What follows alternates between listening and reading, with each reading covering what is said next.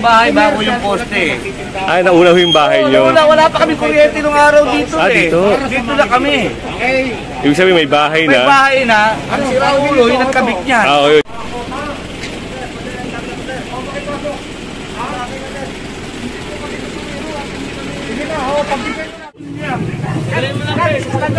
Makita tayo sir. Kaya kanina nagtanong kami, sabi hindi na daw kukunin eh.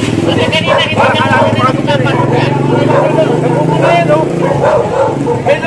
So issue ng mga environmental case. Papaalala ko lang sa inyo. Ganito pala yan.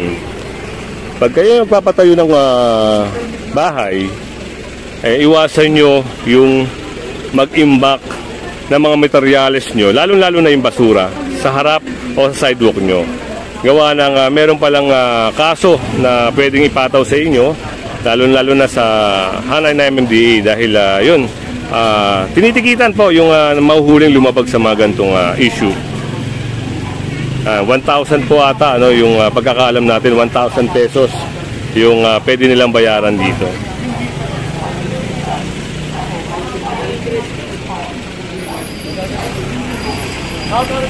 So ito, nakikita na.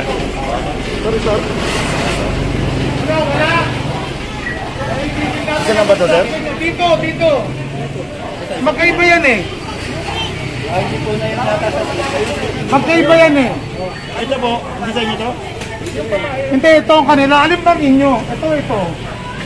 Dalawa? Opo, pareho po. Isa ko ba? Opo, isa lang po ako tractor. Isa lang po tractor. Pero magkaiba ito. Magkaiba po.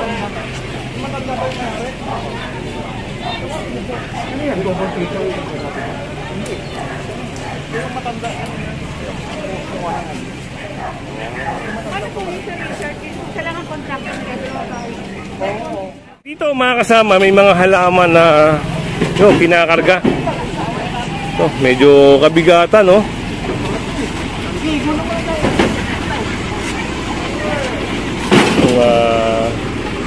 Isang puno ng lateris. Kasama yan. Puno na puno na eh. So yun, bye-bye natin to.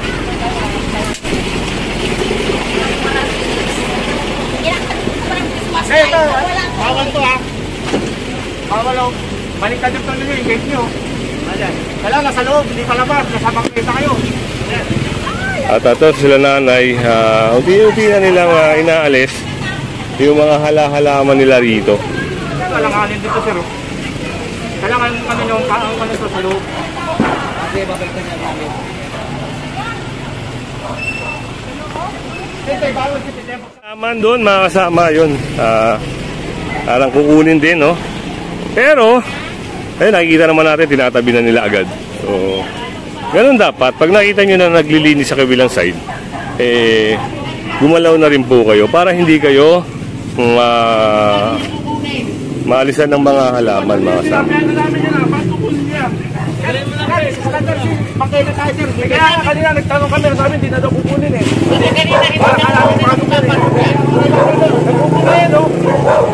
Kaya na makikilabang yun eh. Tinanong nga namin kanina dito. Kaya ay baka sinabi niya hindi bubuhatin. Hindi bubuhatin nyo. Kanina pa kami nag-operation sir. Kaya po yan. Namin yan. O sige, kanina nga. Alisin mo na. Sabi kanina hindi na pakikialaman. Bago nga pakikialaman. Kasi pag nasa bangketa kanina pa kami nag-operation. Sige na titignan nyo lang. Bawal yan. Tatakpan mo kay Manolo. Hey! Ibig sabihin, sinabi na kanina, hindi pa nakikialaman. Ngayon, bigla ni So, yun, inaalis na nila yung mga halaman nila mga kasama.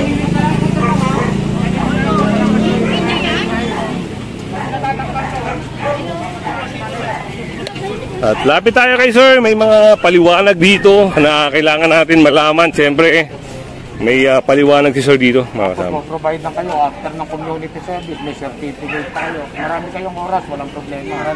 Para lang kayong nag-exercise. Ito mga official vlogger ng MMDA, para transparent kami in public, transparent din kami sa inyo. Sige po sir, hindi na namin sa Opo, salamat. Ino-correct lang naman namin. yung mga tao ninyo, kayo pa ba kayo? Tulungan nyo na ano, ipasok nyo muna lahat. Uy, baba! Kami dumating mga ibang grupo pa. Saka pa kayo, gawin ng paraan. Okay, papasok yan. Boss na ano rin? Dalawa sila, dalawa. Lahat naman. Ano? Hindi ko mo tinikitan ka na, hindi mo nakalisin yan. Kaya paano mo nga? Alis mo na yan. Lagyan mo to ng net. Tama po ito kung gusto nito. Ayun, at ganda ng paliwanag, no? Hindi porket natikitan ka na, mga kasama. Hindi mo na dapat alisin. Kailangan mo pa rin alisin, mga kasama. Kung ano naman, kung willing ka, kung wala kang ano, magbabayad ka. Yan, tatay, no? Alam mo ba kung magkano yan, tay? Nga, yeah. Ayan, hindi niya lang alam. 1,000 po yan. 1,000, sir. Ayan. Okay. Ayan, mga kasama, at eto, pinapahakot na ni tatay yung mga buhangin, no? Yung mga nakakalat dito sa side niya.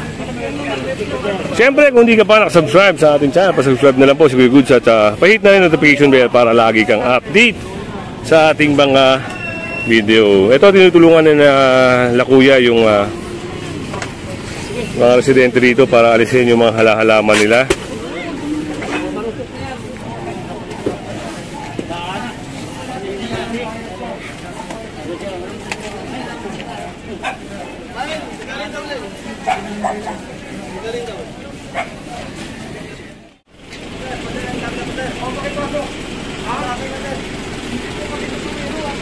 Sige na, pagbigay nyo na, request si Kuya. Wala mayari yan, sir. Wala? Sige po, wala pong problema. Yung mga bato, i-delete nyo. Ito, karga nyo na ito. Diyan sabay na natin. Ano yung naalala ko dyan? Baka hindi pa yun yung bahay nyo muna eh. Alam mo kaya hindi nila maidiretso eh, kasi pumuntis yung bahay. Kaso lang, kayo din naman nagagamit ng provided naman. Ibig sabihin sa product sila, kailangan tumatros ka pa ng 1 liter. From here, 1 liter. Okay. So gano'n, nandun pa rin yung meter base. Ibig sabihin, yun yung government approval. Hindi naman pwede yung ipasok ng mineral. Incidental lang, we're talking about here. Hindi naman pwede yung metro nasa loob. Ibig trespassing yung nag-breathing. Pag gabi na breathing, baka mabaril mo kayo. Hindi ko ganito pa. Kung magbibigosyo ka naman.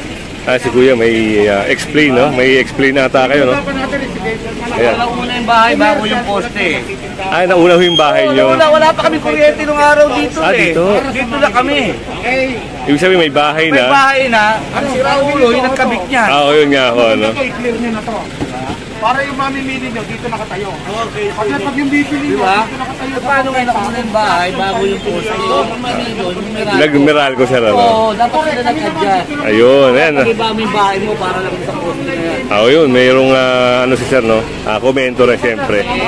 May bahay na kasi, pero nilagyan ng poste. So, yun. Ito, mga halaman, no? Sasaka yan.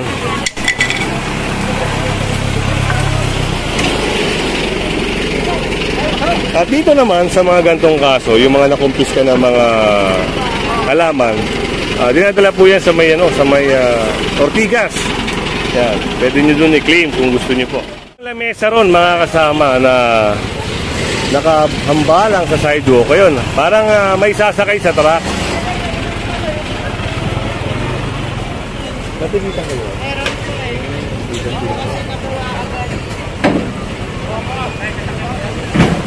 Ayun, no, yung parang lamesa ng saging nila.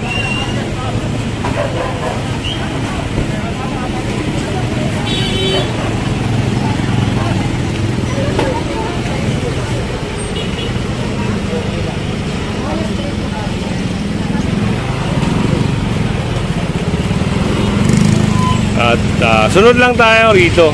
Ayun, may isang upuan. For sure yan, nakahambalang sidewalk yan. Ito, may mga halaman din dito.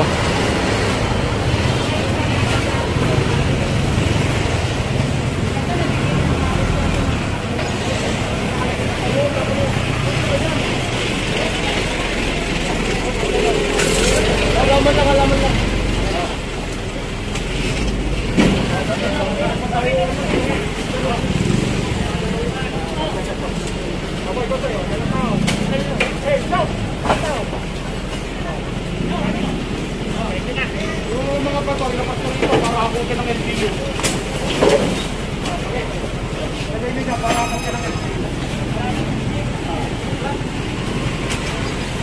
So, yan. Ang nagiging problema, yung sidewalk kasi ang ginagawa nilang lagayan ng halaman nila. Kaya, so, isa pong bawal, no? Kasi wala nang daraanan yung mga tao. Sayang naman yung mga halaman nyo kung makukumpis ka lang, oh. Pero talagang ginagawa lang nila yung mga trabaho nila. Ito po, isang halaman uli.